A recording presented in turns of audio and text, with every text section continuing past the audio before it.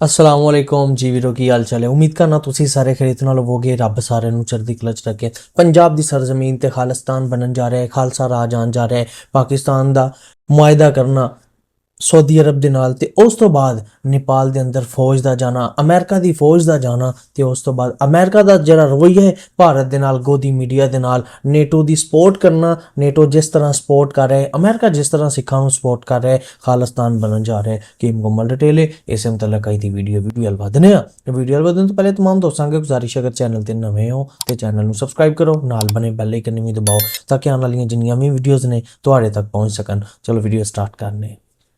खालसा वाहिगुरु जी की फतेह। क्या पूरे सिख भारत के अंदर जहां पर भी जाकर काम करते हैं, क्या वहां पर किसी के साथ दुष्कर्म करते हैं? लेकिन प्रवासी मजदूर पंजाब के अंदर आते हैं, काम करते हैं, बहू बेटियों को छेड़ते हैं, बाजार के अंदर खड़े खड़े कपड़े उतार कर नंगे हो जाते हैं। इसके बारे में विस्तार सहित बात करेंगे। दूसरी बड़ी खबर, अमेरिका की फौज बांग्लादेश के अंदर पहुंची हुई है।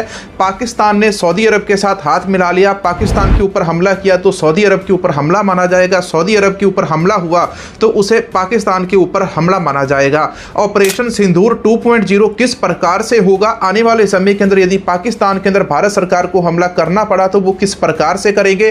भारत ने रशिया के साथ हाथ मिलाया और रशिया के साथ युद्ध अभ्यास करने के लिए, और उसी को देखकर फिर नाटो कंट्रियों ने भारत के ऊपर दबाव बनाते हुए और अमेरिका ने, नाटो ने मिलकर बांग्लादेश के अंदर अपनी फौज को भेज दिया। सारी बातें एक दूसरे के साथ कनेक्टेड है। इसके अलावा पंजाब के अंदर पटियाला जेल के अंदर संदीप सिंह सनी का मामला आप सभी को पता होगा, आप सभी ने उसके बारे में जानकारी भी सुनी होगी। क्या सिखों के ऊपर, पंजाबियों के ऊपर यह अत्याचार नहीं है? प्रधानमंत्री मोदी का फर्ज बनता था, वो 75 साल के हो गए और उनको इस्तीफा देना चाहिए था। अभी तक यही नियम चल रहा था, यही कानून चल रहा था। किसी की एज 75 साल हो जाती है तो 75 साल के बाद वो व्यक्ति पद के ऊपर नहीं रह सकता।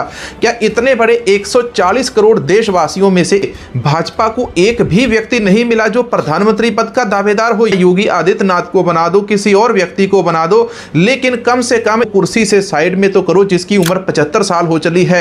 आज देश के अंदर अधिकतर युवा वोटर है। अडानी मामले के अंदर जिन लोगों ने अडानी के खिलाफ एक भी वीडियो बनाया था, एक भी शब्द बोला था, उन सब के वीडियोज को कोर्ट के द्वारा लीगल नोटिस भेजा गया। आप सभी को पता होगा खालिस्तानी लीडर गुरपतवंत सिंह पन्नू वाले मामले के अंदर न्यूयॉर्क से भारत को कितने सारे नोटिस आ गए, न्यूयॉर्क की कोर्ट से।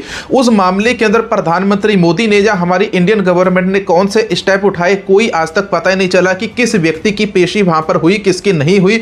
या भारत सरकार ने ऑफिशियल तरीके से अमेरिका की कोर्ट का क्या जवाब दिया, आज तक इन्होंने देश के लोगों को बताना जरूरी नहीं समझा। भारत और रूस की मित्रता के इन दिनों बहुत ज्यादा चर्चे हैं। जब से भारत रशिया के नजदीक गया है तब से भारत की जो करेंसी है वो हर रोज डाउन के ऊपर डाउन हो रही है। जब से प्रधानमंत्री मोदी सत्ता के अंदर बैठे हैं, यूएस का $1 होता था, इंडिया के 64 रुपए आते थे, लेकिन आज इंडिया के 89 रुपीज आ जाते हैं $1 के बदले, एक अमेरिकी डॉलर के बदले। इसकी जो आर्थिक स्थिति है वो यहाँ पर सुधरी है या हमारे देश का जो रुपया है वो नीचे डाउन गया है? दूसरी बात करते हैं, भारत और रशिया ने बेलारूस के अंदर मिलकर फौजी ट्रेनिंग की थी, फौजी अभ्यास किया था। शायद इसके बारे में आप लोगों ने जान लिया होगा, लेकिन जो बात मैं यहां पर आपको बताने वाला हूं वो बात शायद आपके दिमाग के अंदर अभी तक नहीं आई होगी। प्रधानमंत्री मोदी पुतिन को अपना मित्र बताते हैं और कहते हैं कि हम रशिया के साथ व्यापार करेंगे, रशिया के साथ हथियारों का सौदा करेंगे, अमेरिका के साथ नहीं करेंगे। अमेरिका, नाटो और यूरोप कंट्रियां पिछले हफ्ते उन्होंने मिलकर भारत के ऊपर टैरिफ लगाया था और डोनाल्ड ट्रंप ने नाटो कंट्रियों को कहा था कि भारत के ऊपर और ज्यादा टैरिफ लगाओ, ये रशिया से तेल खरीदना बंद नहीं करते। आज से 2 दिन पहले भारत और रशिया की जो सेना है, ये दोनों सेनाएं मिलकर बेलारूस के अंदर सैन्य अभ्यास करती हैं और पूरी दुनिया को दिखाती हैं कि भारत और रशिया एक साथ है। ये जो इतना बड़ा कांड कर दिया गया, इस सारे कांड को लेकर पूरी दुनिया के अंदर भारत की चर्चा हो रही थी, अच्छे तरीके से नहीं, बुरे तरीके से। एक तरफ जितनी भी अरब कंट्रीज है वो अलग इकट्ठी हो रही है, एक तरफ नाटो और यूरोपियन कंट्रीज अलग इकट्ठी हो रही है। अब रशिया हमारे ऊपर हमला करे, इससे पहले रशिया के पार्टनर भारत के ऊपर दबाव बनाया जाए। आने वाले समय के अंदर हो सकता है कि हमारे भारत देश के भी ऐसे ही हालात बन जाए, लेकिन यहां पर बांग्लादेश के अंदर जो तख्ता पलट हुआ, वहां पर तख्ता पलट अमेरिका ने करवाया। अमेरिका जहां चाहता है वहीं पर घुस जाता है और अमेरिका ने अब बांग्लादेश के अंदर अपना सैन्य अड्डा बना लिया। यदि आंकड़ों की बात करें तो आंकड़ों के मुताबिक ये जो सैन्य ठिकाना बांग्लादेश के अंदर बनाया गया है, अमेरिका भारत की जो 7 सिस्टर है उसको तोड़कर एक नया देश बनाने की सोच रहा है। दूसरी तरफ जो नाटो है, अलग अलग देशों के यूरोपियन पार्लियामेंट हो या नाटो के अधिकारी हो या नाटो के अर्थशास्त्री हो, वो भारत को तोड़कर खालिस्तान, जाट लैंड, तमिललैंड और सेवन सिस्टर का एक क्रिश्चियन लैंड, 4 अलग नए देश बनाने की वो कोशिश कर रहे हैं। इस कोशिश के अंदर अमेरिका और नाटो लगा हुआ। जैसे जैसे भारत रशिया के नजदीक जाता जा रहा है, वैसे वैसे देश को टूटने वाले ये जो मैसेज है कहीं ना कहीं क्लियर हो रहे हैं कि आज की तारीख के अंदर भारत 3 तरफ से घिर चुका है। एक तरफ पाकिस्तान और सारी अरब कंट्रीज है, दूसरी तरफ है चाइना, तीसरी तरफ है अमेरिका जो बांग्लादेश के अंदर पहुंच गया। पाकिस्तान ने सऊदी अरब के साथ डील की, पाकिस्तान के ऊपर हमला, सऊदी अरब के ऊपर भी हमला माना जाएगा। इन सारे देशों ने मिलकर पिछले दिनों एक नई फौज, नाटो फौज बनाने की इन्होंने तैयारी कर ली। तो कतर के ऊपर मिसाइल गिरते ही जितने भी अरब मुस्लिम कंट्रीज हैं, इन सारी कंट्रीज के द्वारा एक नई आर्मी तैयार की जा रही है जिसको अरब नाटो कहा जा सकता है। इधर से ये नाटो वाली सेना, उधर से यूरोप वाली नाटो सेना, इधर से चाइना हमारे सर के ऊपर बैठा है। पाकिस्तान इकलौता देश है जिसके पास न्यूक्लियर बॉम्ब है। इधर इंडिया के पास न्यूक्लियर बॉम्ब है, उधर चाइना के पास भी है। अब बांग्लादेश के अंदर अमेरिका आकर बैठ गया। आप सभी लोग बहुत समझदार हैं, सभी लोग इंटरनेट के ऊपर हजारों खबरें देखते हैं। हमने जो आंकलन किया है वो ये आंकलन है कि बहुत जल्द अगले 3-4 महीनों के अंदर वर्ल्ड वार 3 शुरू होने वाला है। तीसरा विश्व युद्ध बहुत जल्दी शुरू होने वाला है। इधर हिंदू राष्ट्र वाले अपने देश को हिंदू राष्ट्र घोषित करके बैठे। मैं आपको हिंदू राष्ट्र वाला ना एक बयान सुनाता हूं। हिंदू राष्ट्र घोषित नहीं करना है, वो है, ऋषि मुनियों ने उसको राष्ट्र घोषित कर दिया है। हिंदू शब्द आजकल करते, वो किसी अधिकृत घोषणा का मोहताज नहीं है, वो एक सत्य है। मानने से आपका लाभ है, न मानने से आपका नुकसान है।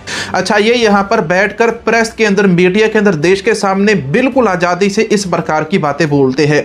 और यही बातें पंजाब के अंदर बैठा हुआ भाई अमृतपाल सिंह खालसा बोलता था। वो कहता था कि सिखों को सिखों का अलग देश चाहिए। तो अगर ये हिंदू राष्ट्र की बात कर सकते तो सिख देश के अंदर सिख राष्ट्र की बात क्यों नहीं कर सकते? वो भी, उनको भी देश के अंदर उतना ही अधिकार मिला जितने आरएसएस के मोहन भागवत के पास है। मोहन भागवत या आरएसएस ने देश की आज़ादी के लिए एक भी बलिदान नहीं दिया, लेकिन सिखों ने, पंजाबियों ने 90% से अधिक बलिदान दिया और सबसे अधिक फांसी के ऊपर चढ़ने वाले भी सिख रहे। सिखों को कहा गया था कि तुमको पूरे देश से अधिक अधिकार पंजाब स्टेट को दिए जाएंगे। पंजाब, हरियाणा, हिमाचल वाला पंजाब, आज वाला पंजाब नहीं।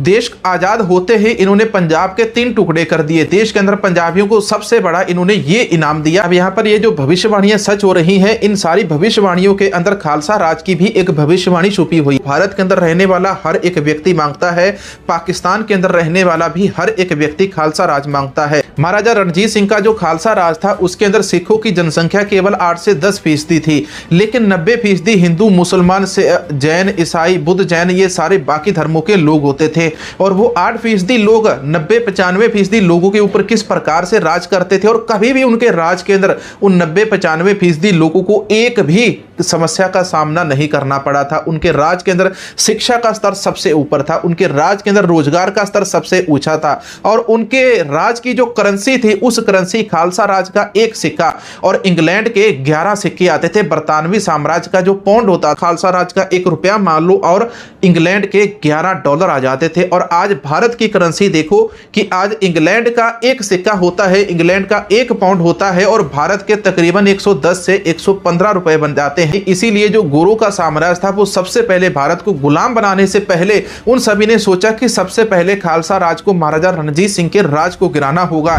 मोहन भागवत बार बार हिंदू राष्ट्र की बात कर सकते हैं, लेकिन पंजाबी सिख अपने हकों की आवाज नहीं उठा सकते। पंजाब से बिहारियों को बाहर निकालो।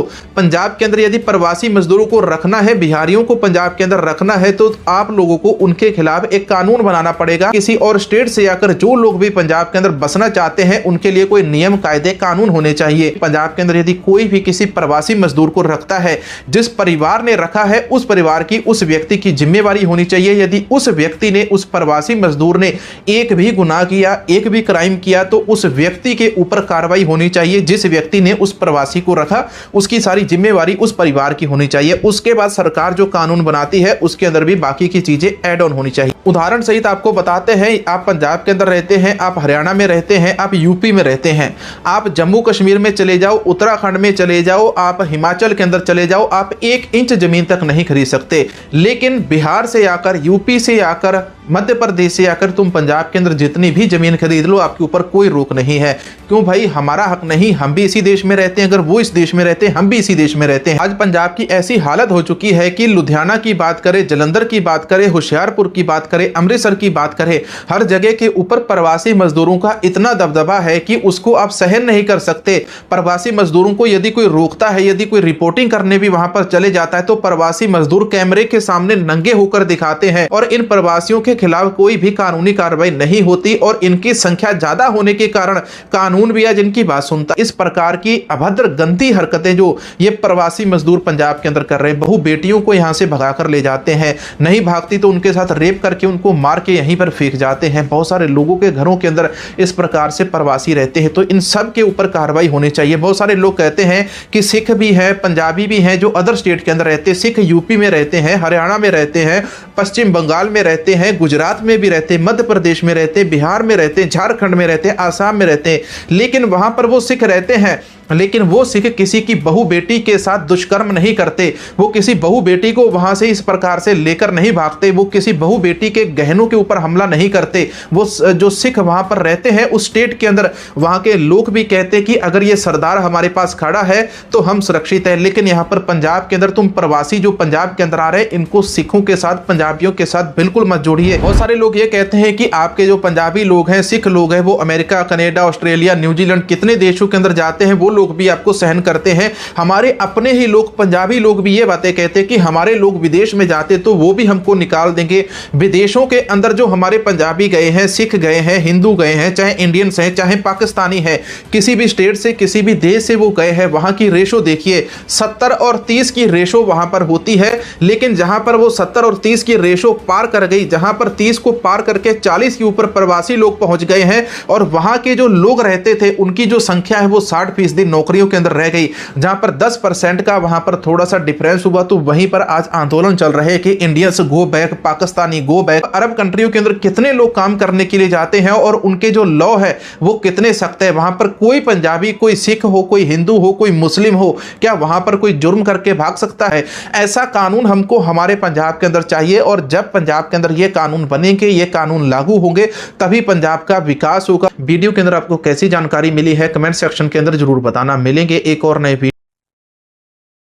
जी वीरो, ऐसी जी आज दी वीडियो नरेंद्र मोदी जरा नशे दे अंदर ऐसा ताकत दा नशा पंजाब ਨੂੰ ਖਤਮ ਕਰਨ ਦੀ ਕੋਸ਼ਿਸ਼, ਸਿੱਖਾਂ ਨੂੰ ਖਤਮ ਕਰਨ ਦੀ ਕੋਸ਼ਿਸ਼, ਇਸ ਟਾਈਮ ਤੇ ਉਹਦਾ ਨਸ਼ਾ ਉਤਾਰਨ ਦੀ ਕੋਸ਼ਿਸ਼ ਕੀਤੀ ਜਾ ਰਹੀ ਹੈ। ਤਕਰੀਬਨ ਮੋਦੀ ਦਾ ਜਿਹੜਾ ਨਸ਼ਾ ਹੈ ਉਹ ਲਿੱਤਰ ਮਾਰ ਕੇ ਉਤਾਰਿਆ ਜਾ ਰਿਹਾ ਹੈ। ਪਾਕਿਸਤਾਨ ਮੁਆਇਦਾ ਕਰ ਰਿਹਾ ਹੈ, ਪਾਕਿਸਤਾਨ ਦਾ ਮੁਆਇਦਾ ਹੋਇਆ ਸਾਊਦੀ ਅਰਬ ਦੇ ਨਾਲ, ਦਿਫਾਈ ਮੁਆਇਦਾ ਹੋਇਆ ਕਿ ਅਗਰ ਪਾਕਿਸਤਾਨ ਤੇ ਹਮਲਾ ਹੋਇਆ ਤੇ ਉਹਦੇ ਅੰਦਰ ਇਨਵੋਲਵ ਹੋਏਗਾ, ਉਹਦੇ ਅੰਦਰ ਜਿਹੜਾ ਮੁਲਕ ਇਨਵੋਲਵ ਹੋਏਗਾ ਉਹ ਸਾਊਦੀ ਅਰਬ ਹੋਏਗਾ। ਅਗਰ ਸਾਊਦੀ ਅਰਬ ਤੇ ਕੋਈ ਇਨ ਕੇਸ ਹਮਲਾ ਕਰਦਾ ਹੈ ਤਾਂ ਪਾਕਿਸਤਾਨ ਉਹਦਾ ਦਿਫਾ ਕਰੇਗਾ। ਤੇ ਦੂਸਰੇ ਨੰਬਰ ਤੇ ਨੇਟੋ ਦਾ ਤੇ ਅਮਰੀਕਾ ਦੀ ਫੌਜ ਦਾ ਬੰਗਲਾਦੇਸ਼ ਜਾਣਾ, ਨੇਪਾਲ ਦੇ ਅੰਦਰ ਇਨਕਲਾਬ ਆਣਾ, ਇਹ ਚੀਜ਼ਾਂ ਦੱਸ ਰਹੀਆਂ ਨੇ ਕਿ ਇਸ ਟਾਈਮ ਤੇ ਭਾਰਤ ਦੇ ਕੋਲ ਕੋਈ ਜਵਾਬ ਨਹੀਂ ਹੈ। कोई सवाल नहीं पैदा होता कि भारत क्यों खालिस्तान ना बनाने की कोशिश करे, क्योंकि इस टाइम ते पूरियां जड़ियां स्ट्रोंग मुल्क मन्ने जा रहे हैं, स्ट्रोंग कंट्रियां जड़ियां मनिया जा रही ने, वो खालसे राज नूं, खालिस्तान नूं सपोर्ट करदी होईयां नज़र आ रही ने। वो ये कह रही ने कि पंजाब नूं सेव करो